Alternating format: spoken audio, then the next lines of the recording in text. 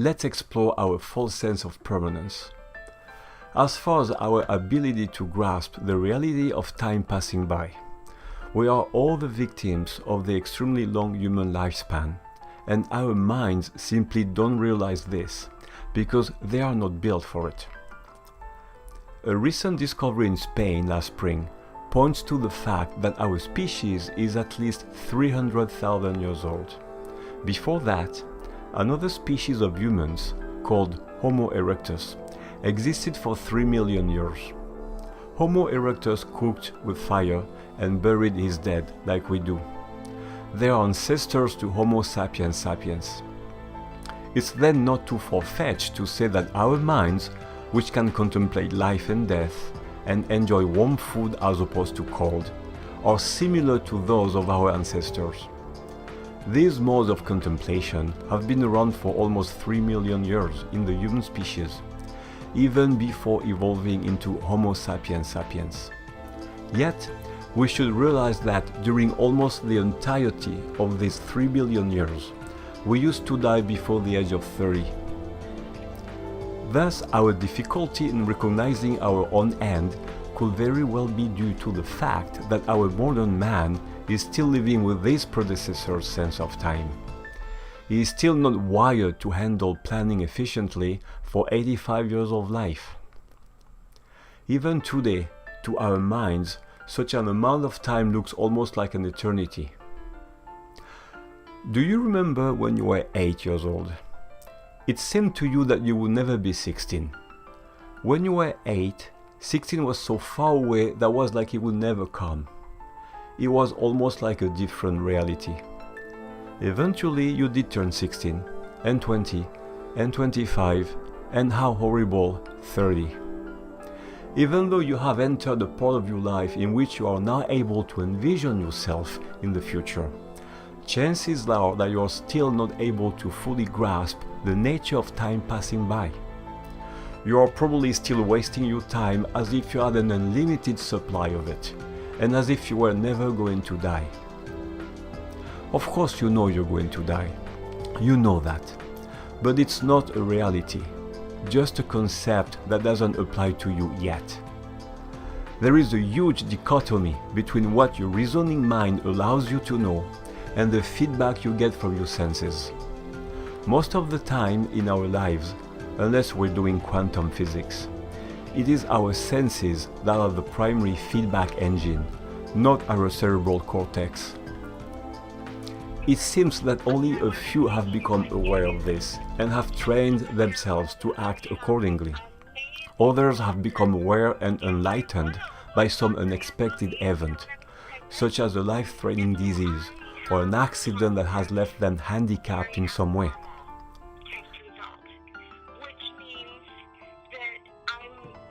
Which basically means that I have breast cancer. Contrary to what the Rolling Stones used to sing, time is not on our side.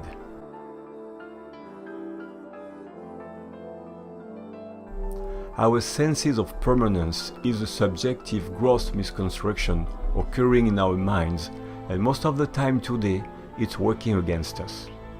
We are passing by at a much greater speed than we sense we are. Many of us are all asleep at the wheels of our lives, and most of us either never wake up or wake up too late. Why is it that most of us seem to be so prone to waste time? The time of our lives, locked in places we hate, jobs we don't enjoy, lives we haven't fully realized. Supposedly Bruce Lee once said, "If you love life, don't waste time, because time is what life is made of." But if you look around, it seems that most humans specialize in wasting time. For most people in post-industrialized nations such as ours, arriving at age 50 without having gone through some personal horrible event, such as a crippling disease, is fairly common. Most of the wrong choices we've made, as far as poor nutrition and a bad lifestyle, won't be paid for until after age 50 or so. And most of the time, a few pills will fix everything, we think. Life will go on totally unchanged, our ideas about infallible permanence will resume until we are stopped in a more crippling way, or once and for all.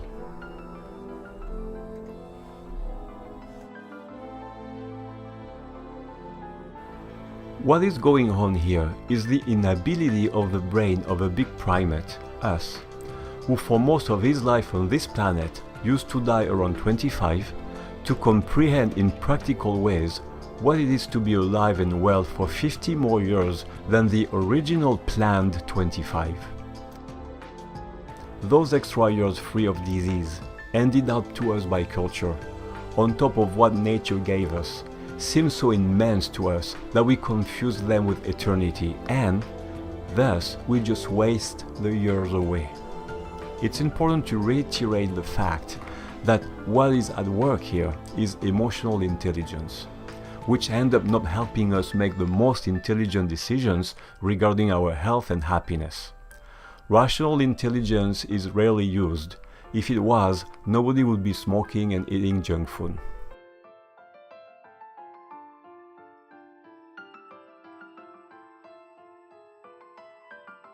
So even though we are intellectually aware of our coming death, the same way a smoker knows about cancer, except for a minority, we are incapable of actualizing practical knowledge about lifespan in any practical, advantageous way. We'll delay saving for retirement. So you're all ready for retirement? Of course I'm ready. So then, you have money saved. Well, not exactly, but I have a plan. We'll keep smoking.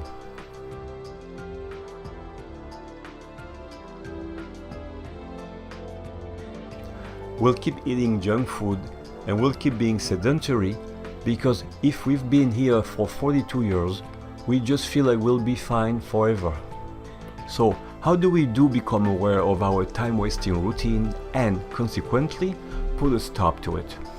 To be aware of how little time you have left on this earth, in good health, you must learn to reintroduce landmarks in your life that tell you who you are and where you are. In other words, you can only appreciate where and who you are if you know yourself. Knowing yourself means knowing what you could have done yesterday, what you can do today, and what you should expect to be able to do tomorrow. In any case, it means stopping to consider yourself as some kind of immutable being. Most of us go through life with a powerful engine that has only been required to idle. We don't know what it is to rev that engine anymore. And it could be that we'll never be required to rev it ever again. So we won't see the engine getting old and losing power until it's really too late, and we won't have any sense of time passing by. If all you do is sit at the desk, go eat with your friends, and spend your vacation lying on the beach, your body, which has been selected by tough struggles in the past 500,000 years, is overbuilt for those tasks, and just idling keeps you from noticing changes, and you have the feeling that you are here to stay. Except you're not. Only people such as high-caliber athletes who frequently function at their maximum physical level are aware that their bodies will break down rather quickly. To be fully present and know and appreciate who you are, you must push yourself beyond your comfortable zones, physically and mentally on a regular basis. So you can be aware of the markers in your life that will tell you that you are not invincible. You must be able to look at yourself slowing down.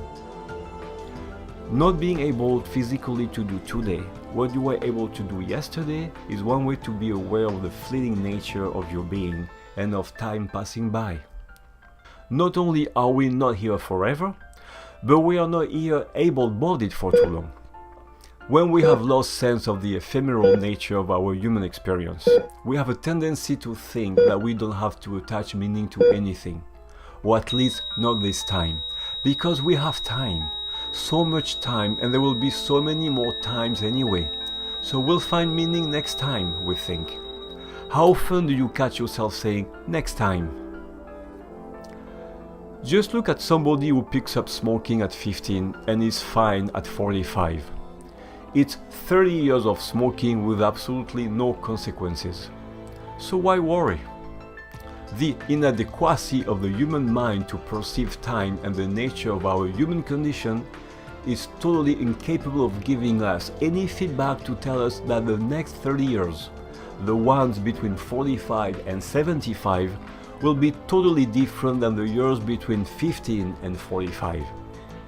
Of course, most people can understand this with no problem if they start thinking about it. But as you already know, this is not how humans function. Once we're done with our training and studies and our formative years and are no longer on the job, the thinking brain is rarely in charge of our lives. Each time you are doing something other than the mechanical task required for your survival, you must stop and ask yourself about the meaning and the preciousness of what you're about to do. So, in your daily life, stop wasting time and consider it as your most precious commodity that can be exchanged, replaced, and certainly not gained back. Once it's wasted forever. Is everything you do something you can easily repeat again and again? And because it requires no effort and no sacrifice, has it lost all meaning? Or is it something that can be repeated too easily without work and intent? To understand the nature of your being and the nature of human life and what is happening to you, you must be looking at your life from the perspective of your thinking brain. Every other aspect of your brain must be subjugated to the thinking brain that uses rational knowledge to improve your human experience. As soon as the thinking brain is not in control anymore, and the other, more emotional aspects of your brain take over, including the pleasure and addiction centers, you will just be stumbling through life like a zombie. And the biggest consequence of this will be that your sense of time becomes distorted, enabling you to buy into a false sense of permanence.